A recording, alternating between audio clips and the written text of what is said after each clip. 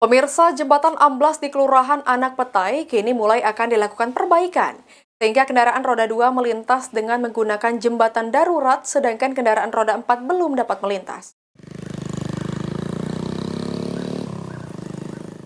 Sempat amblas dan membahayakan pengendara.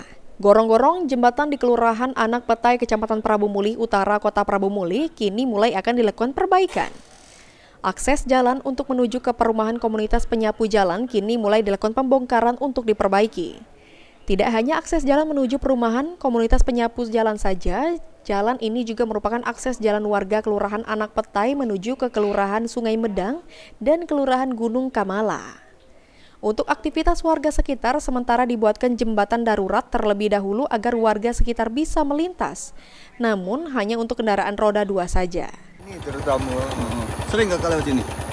Sering. Lewat sini terus. Iya.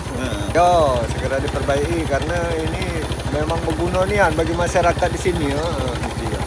Ini banyak untuk perumahan kebersihan sampai tembus ke daerah Sungai Medang, ke Gunung Kamala kan. Jadi Jalan ini cepat dibagusi. dibenari ya. Kan ini wong mencari beraktivitas itu lancar kalau.